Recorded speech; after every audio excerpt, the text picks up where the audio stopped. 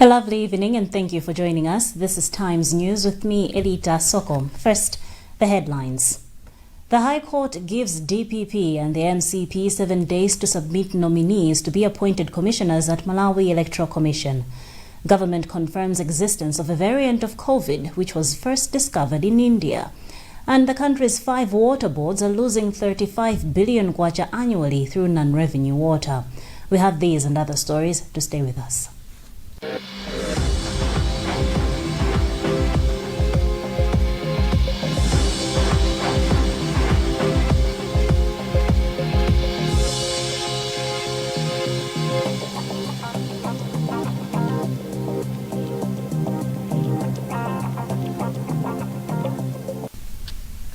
The High Court has given the Democratic Progressive Party, DPP, and the Malawi Congress Party, MCP, 7 days to submit names of nominees to be appointed as commissioners of the Malawi Electoral Commission, MEC.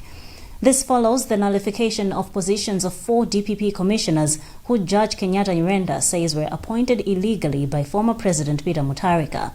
Matthews Kasanda has the details. Despite the nullification, the court has stressed that all decisions that were made by the commission, including the election of President Lazarus Chakwera when the 4 commissioners were serving, remain valid. The 4 commissioners were Jean Matanga, Linda Kunje, Steve Dua, and Arthur Nantulu. They were among the 5 names nominated by DPP. MCP had sued the presidency for appointing the 4 commissioners from DPP, claiming that MCP nominee was omitted to accommodate DPP's 4 nominees. Nyirenda read part of his 45-page judgment in an open court in Nilongwe on Wednesday, citing that the appointing authority erred by accepting 5 nominees from the DPP instead of the maximum 3. Mutharika went further to appoint 4 out of the nominees instead of 3 and appointed only 2 from 3 names nominated by MCP. Meanwhile, the court has ordered DPP to submit 3 names within 7 days and that MCP should resubmit the name of Richard Chabweteka, who was rejected by Mutharika. Lawyer for Nantulu and Dua Gabriel Shembezi said he would consult his clients for the possible next move. My comment is the judgment is very clear, the orders are very clear, but it's up to the parties now to decide how to react to the judgment. One of the MCP's lawyers, Pempoli Wongwe, also held the judgment, explaining that the president knew the law but chose not to act in accordance with the same. MCP Secretary General Elson Hoankaka said one of the pillars of the current administration is the rule of law, and the judgment has brought excitement. One of the 5 pillars upon which this government or administration is standing is the rule of law. And when I came to court on behalf of the party, one of the things I was mentioning was that the law was not observed during the time the commissioners were actually appointed. Meanwhile, MEC Director of Communications Sangwani Mafriwa has told Times that the commission is yet to be advised on the implications of the judgment by the Attorney General. Malawi has confirmed existence of a variant of COVID which was first discovered in India. Co-chairperson of the Presidential Task Force on COVID, Dr. Wilfred Jalamilankoma, says government sent samples to South Africa for gene sequencing, and 14 of the 87 samples whose results have come back from South Africa show that they have the variant. Jemison Jauluga reports. Nkoma, however, says people should understand that it's not only this variant which is in circulation across the world. He said most of the samples which show that they have a variant of COVID-19 first identified in India are from the samples collected at Salima Sugar Factory. He said this is not surprising because the reason they closed the factory was because some people came from India and tested positive. Those 14 seem mostly to have come, but specimen they seem to have come from the specimens made in Salima Sugar. Health rights activist Mazigo Matemba said this calls for increased vigilance and surveillance. He also said the country should prepare for a possible 3rd wave. The country's 5 water boards are losing 35 billion kwacha annually through non-revenue water. Lilongwe Water Board Acting Chief Executive Officer Mibawa disclosed this in Lilongwe on Wednesday on the sidelines of the National Workshop on Non-Revenue Water Reduction. We have more in this report by Emmanuel Simpokolwe, but read in the studio by Blessings Mpinganjira. According to Mbewe, all the water boards have programs to replace the dilapidated infrastructure. He says this is besides combating water losses through leakages and illegal connections. As water boards in Malawi, we are looking at the issues of water loss through commercial losses. So again, we are having various programs, including the issue of fighting illegal connections. But again, other than that, the issue of replacing our meters so that we improve on meter reading accuracies. And more significantly from this workshop, us as water boards in the country, we have come together to share our experiences, look at our challenges, and together craft strategies to fight and indeed reduce non-revenue water in the country. Director of Administration in the Ministry of Forestry and Natural Resources, Hilale Namainja, says the losses are worrisome. He says in most water utility companies, illegal connections has been the major contributor to challenges of non-revenue water management. Our nation is losing a lot of water, and yet we have lots and lots of people in our cities, urban areas, even in rural areas that do not have access to potable water. So it is very, very crucial and very important that we should reduce the non-revenue water that is lost. JICA Malawi Senior Representative Naoto Sakonju says non-revenue water management is very important for economic growth of the country. Revenue water management is very important for people's life and also economic growth of the country, and our government's cooperation policy, we are trying to support Malawi for sustainable and self-reliance development. The two-day workshop stresses on knowledge sharing, a strategy adopted and implemented by Lilongwe Water Board through a Japanese International Cooperation Agency JICA-funded project for strengthening the capacity of non-revenue water reduction. Businessman Thompson Mpinganjira wants the Supreme Court of Appeal to nullify the judge bribery case, which is before High Court Judge Dorothy De Gabriel, and declare a mistrial. De Gabriel declined to recuse herself from the case, saying Mpinganjira's application for her to recuse herself was brought with ill intention. Jamison Jauluka has the details. According to Mpinganjira, the case should be a mistrial and everything should start again with another judge. ACB's lawyer, Renik Mademba, said he does not agree with Mpinganjira's position but leaves everything to the court. On Wednesday, Mpinganjira's second witness did not show up in the court to testify as planned. The witness has then been dispensed, and now Mpinganjira remains with one witness, who is expected to testify on Thursday. On Tuesday, Mpinganjira's first witness testified, but in camera. Now, at least 32 vendors and agro-dealers have been arrested for breaching the government's set farm gate prices since the buying season started in April. This has prompted the Ministry of Agriculture to start engaging farmers to tip the ministry on the malpractice. Blessings Mpinganjira with more. Ministry of Agriculture spokesperson Gresham Lungu said the initiative is expected to ease the pressure on non-compliance of the farm gate prices on the market. Lungu said the ministry is engaging ADMAC to start buying maize as one way of eradicating the malpractice. Government announced the new farm gate prices in April this year, with maize selling at 150 kwacha per kilogram. What I can do is to first know where the practices are happening. More importantly, we are looking at getting the information direct from the farmers.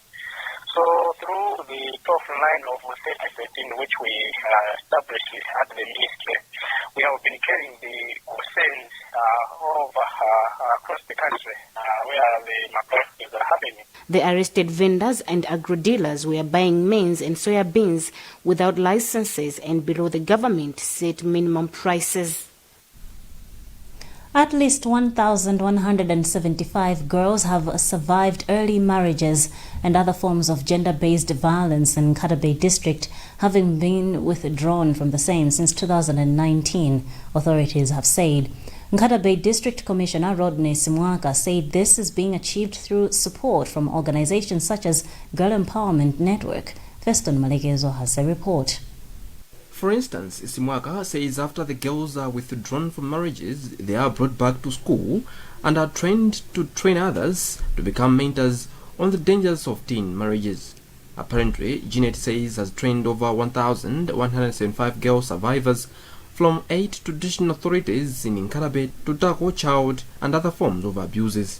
Speaking at the presentation of certificates to the first cohort of 225 girls referred to as mentees, who have undergone 6 months mentorship program from various safe spaces, Simwaka said the fight against gender-based violence is yielding positive results. The good thing is with our partners, what we have, partners we have in Nkatabe, we are working together, we are part of us, and we continuously review their programs, we continuously discuss this executive committee, and there's hope that they will continue carry out the activities, and more so they will continue reaching out in very difficult to reach areas, and we have hope that with such kind of partnership we will continue reaching out to very difficult areas in the district.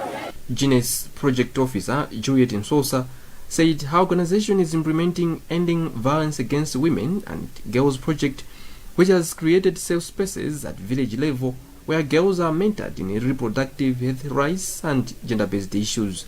We are expecting a lot because these mentees have been conducting the session on issues of sexual reproductive health services, on VSL, and also issues of gender-based violence.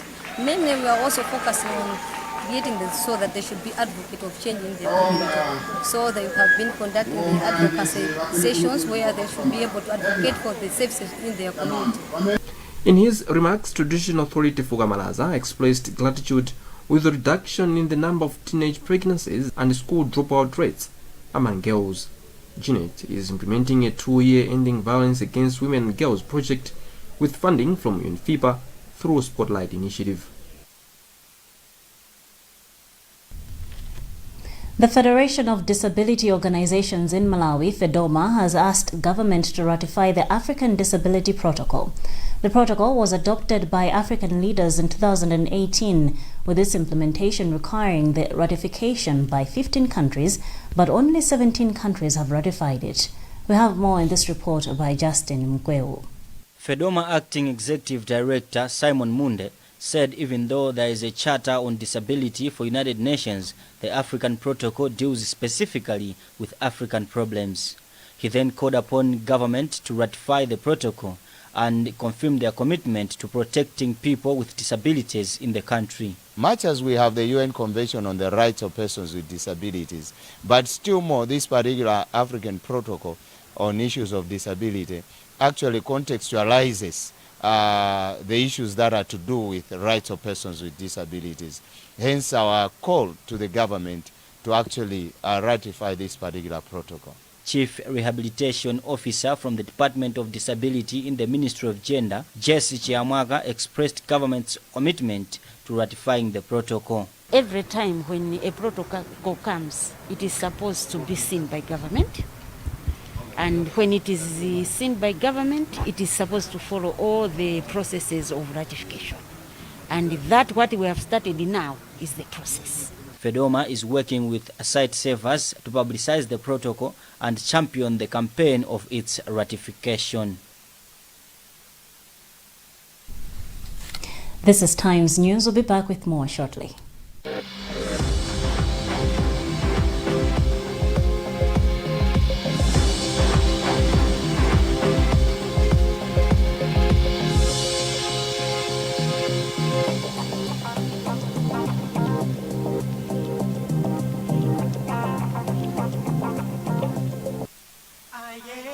Enjoy convenient banking with the National Bank Cardless Withdrawal feature. With Cardless Withdrawal, you or a beneficiary can access cash from any National Bank ATM without using a debit card. All you need to get started is the MO626 Digital Plus app. Simply tap the Cardless Withdrawal Request feature on the main menu. Choose Request for Own if you want to withdraw, or Request for Someone if you want to send money to a beneficiary. Follow the simple on-screen instructions and that's it. You or your beneficiary will get a one-time 6-digit token that you can use on any National Bank ATM by tapping the cardless withdrawal function to withdraw your funds. Forgot your debit card at home or need to make a quick payment to an unbanked beneficiary? Don't worry. Simply use the cardless withdrawal feature on the MO626 Digital Plus app and experience true banking convenience today.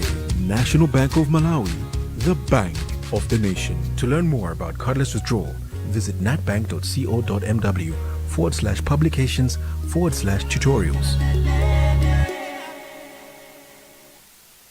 Like every mom, you want the best for your child. Happy birthday.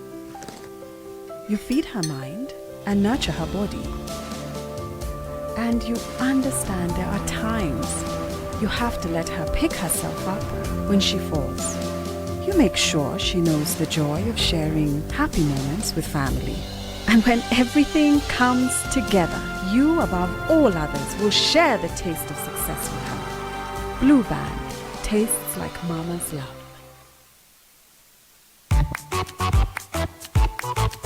Hi, little one. What seems to be the matter? I know just what you need. Me! I'm Classic Milk, your instant milk powder. Perfect for breakfast, tea time, or evening time. Whether you're working hard in the office or just relaxing at home. And I'm suitable for tea, coffee, or an instant milk drink for kids just like you. Yes! That's exactly how I make you feel. Classic instant milk from Rab Processors. Full cream milk powder for the whole family.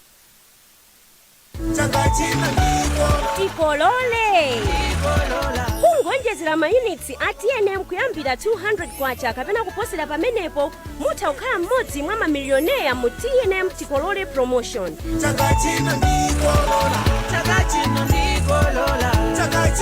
Koma mukaonjezera mayunits ndi 100 kwacha kapena kuposerapo mudzilandira mabonus oyimbira foni, SMS kapena data pompo. TNM, always with you.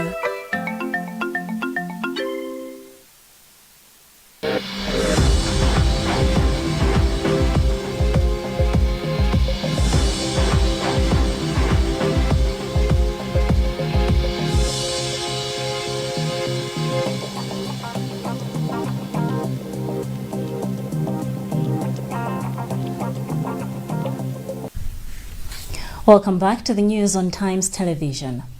The Minister of Agriculture, Lobin Lowe, has called for more investors in banana farming as the country imports about 20,000 metric tons of the crop every week. He made the call on Wednesday in Lilongwe during the official launch of Tissue Culture Laboratory under Hortinet Foods Limited. Wezi Gausi reports. Lowe says the government has laboratories that are producing seeds, but they were mismanaged because they lack ownership. He says what the country needs is more private entities to revive banana farming. I'm very impressed considering that the industry totally collapsed. We had Mulanje Choro bananas, but with time, because of banana bunchlet virus, all those bananas were heavily attacked. And this time, as a ministry, we're trying to revamp the industry. Board chairman for Hortinet, Abel Cephas, says Tissue Culture Laboratory is the first privately owned laboratory for bananas in the country. The launch today of this lab at Hortinet Food Products means that Malawi can on its own, working together as partners in private sector, government, agrarian transformation, working together, we can now produce clean plantlets, disease-free plants that we supply to our own farmers at a very affordable price. Member of Parliament for Lilongwe City Centre, Alfred Gia, said the launch of the lab in his area is a good development. He said it was only through hard work that the country can be redeemed from poverty. Lowe also toured Kumbali's Nature Gift Farm, owned by Guy Pickering, before the launch. That's Wezi Gausi with that report. Oxfam has embarked on a campaign to reduce the impact of natural disasters through a Building Resilience in Urban Areas project. The project is being implemented in southern Africa. Oxfam funding manager for Malawi, Wilford Njala, says the aim of the project is to train communities on how to adapt to climate change by developing innovations to avoid impacts of natural disasters. Our reporter Jason Malawa has compiled this report read by Isaac Salima. Njala says the project has two objectives, one of which is to support communities to set up nurseries so that they plant trees. He says the other objective is to construct and maintain bridges across Zomba city. Njala added that the project will also extend drainage systems across the city so that residents are not affected by flooding. And the overall aim of the project is to build resilience in urban areas so that they are more in areas where they are more prone to disasters, so that they can be able to protect themselves and they are less vulnerable. In his remarks, Zomba City Mayor Benson Bula said the initiative is a milestone in rebuilding the capacity of the city in dealing with impacts of natural disasters. Through deforestation, we've seen that a number of trees have been cut off and it has been left bare. And the coming of this project, I'm sure that will afforestate this Zomba. And as you are aware that we have also a project known as the Mayor's Green and Green City Initiative, which will also benefit from the seedlings that will be sourced from these 7 wards that they have this project. In February 2015, flooding water from Liganga River affected Chikanda, Chizalo and Mpondabwino communities in the city. The project is funded by the Adaptation Fund and is being implemented in Malawi with UN Habitat and the Zomba City Council. Now, the Blantyre Synod of the CCAP says financial burdens that hit people in times of bereavement can be controlled if they plan ahead. The remarks were made at Mulanje Mission during the launch of Friends of Blantyre Synod Funeral Policy, which the Synod has partnered with a CIC insurance company. The initiative gives an opportunity to church members to buy policies of their choice, which will enable them to get assistance when they die or are bereaved. Godwin Ngoma is the Friends of Blantyre Synod Funeral Policy's board chairperson. Today we are here at the Mulanje Presbytery, especially here at the Mulanje Mission, where we are launching this funeral policy for Friends of Blantyre Synod in Mulanje. Our expectation is that now that we have launched in Mulanje, this policy now will be going worldwide in Mulanje here. Christians, both for CCAP and any other denomination, any religion sector, will buy this funeral cover in order to prepare themselves, cover themselves from eventuality of a funeral. To the Christians there, we are encouraging them to buy this policy. We are telling them that this is a solution that is readily available. Most of the time when we have a loss, we've lost our loved ones, we are very much affected, and this thing, when it happened, it takes us unaware. And CIC Insurance Company General Manager Cosmas Luaniga said the policy offers convenience to holders when they are bereaved. Yes, the policy is very unique. First of all, most of the policies they require you to pay month by month, and there are times that you don't have the money. This policy you pay once in a year. For example, the lowest is 2,000 per annum. So you pay 2,000 for the next 12 months you're on cover. Secondly, we have it is unique because it has no age limit.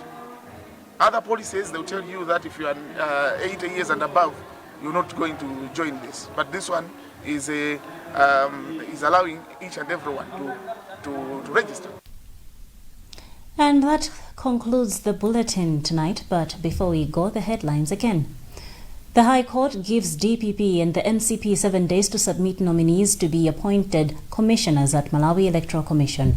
Government confirms existence of a variant of COVID which was first discovered in India. And the country's 5 water boards are losing 35 billion kwacha annually through non-revenue water. You've been with me, Elita Soko. You can get more on these and other stories by visiting our website www.times.mw,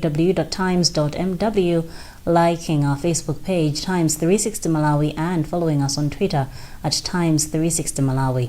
Now remember to wash your hands regularly, observe social and physical distance, and mask up. Please stay safe.